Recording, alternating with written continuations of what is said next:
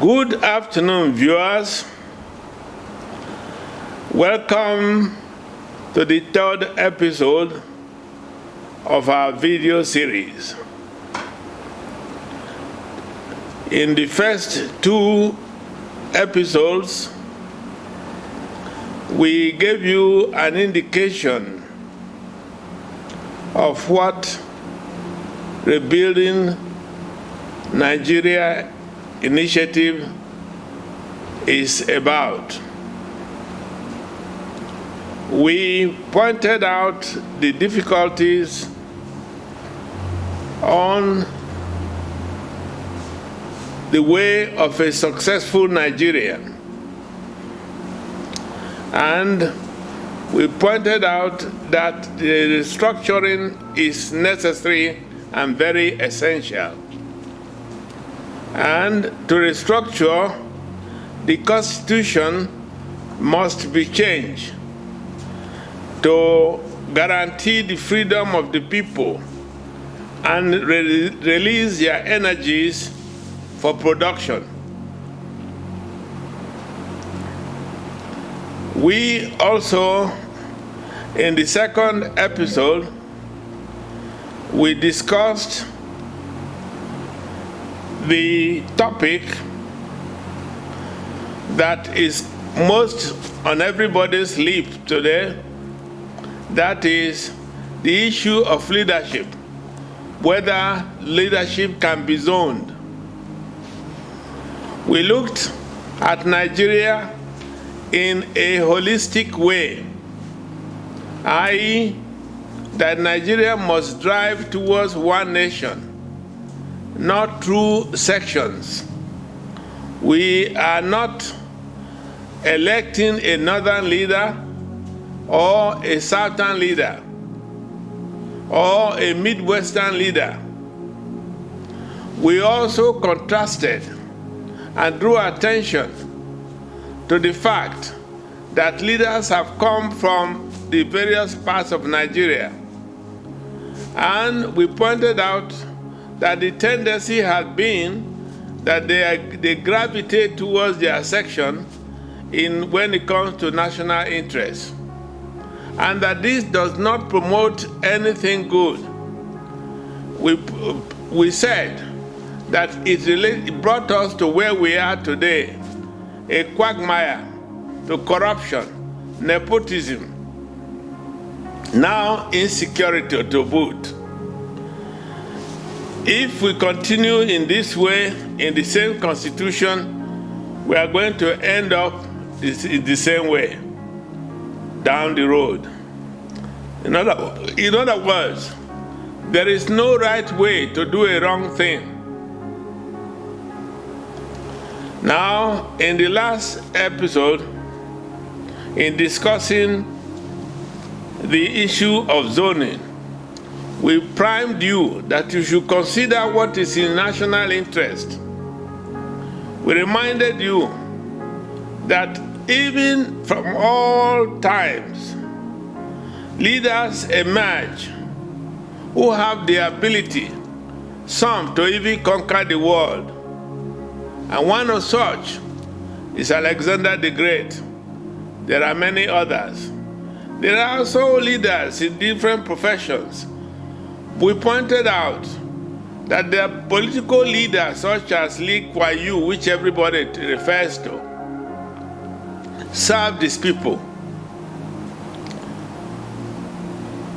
So we invite you so that you can look at the issue of zoning again in terms of leadership. You should try and examine the manifesto of what the person is presenting. What does he represent? A good man is not necessarily one who wears a Yoruba face or an Igbo face or a Midwestern face or any particular zone face. He is good because he's good. He can lead because he can lead. And it does not have to be too young, does not have to be too old. So the issue of age is not even an issue.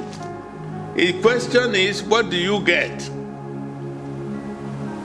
So, today in this episode, we want now to examine one of the inhibitors, one of those things that have shackled us, that have promoted the wrong ideas, that are leading to decay, the decay of the citizenship, the bottling up of the talents ingrained in every one of us. One of such inhibitor to progress is what you call immunity clause that is put into the Constitution.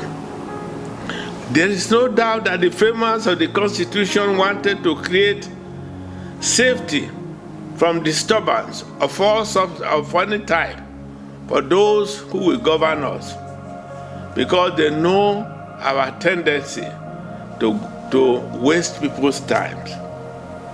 But today, we have had since 1999 various opportunities and various characters in these functions of governorship. It is time for us to examine, have they kept the faith that the people vested in them by trying to immune them from disturbance? I think everyone will answer that in the negative.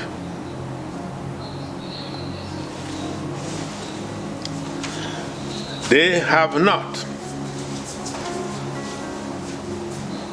And this is evidenced by the fact that every one of them that had to serve at the end of this tenure had invitation to EFCC. If EFCC actually wants to implement the law, they will not be sitting in the Senate today. They'll be sitting somewhere else.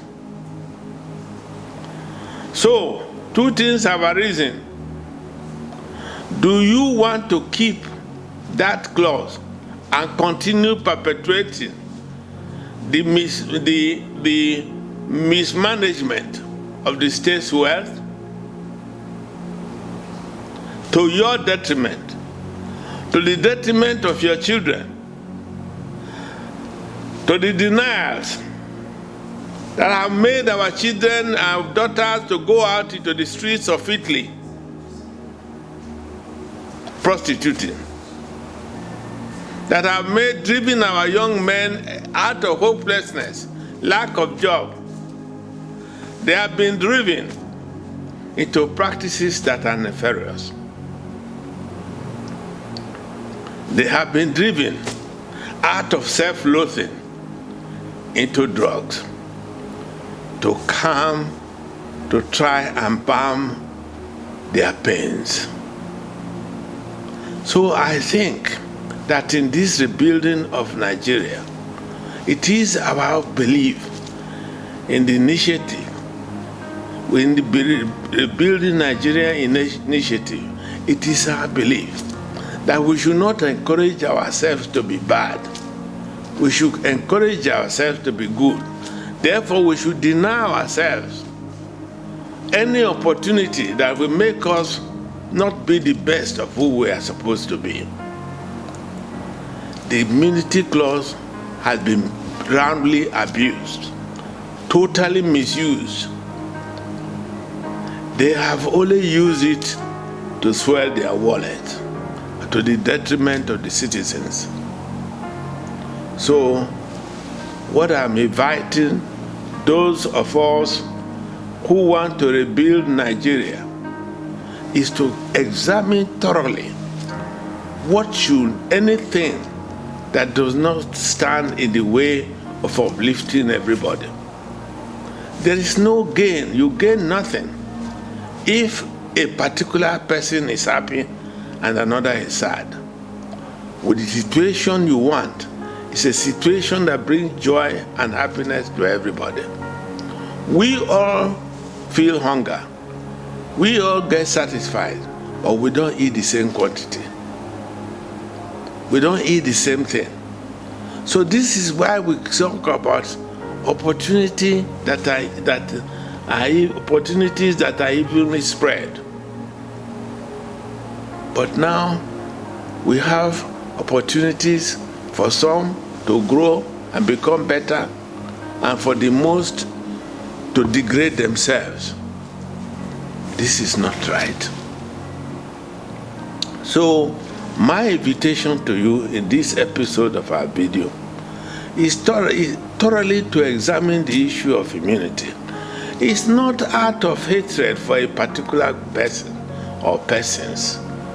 They are the sons and perhaps daughters of Nigeria.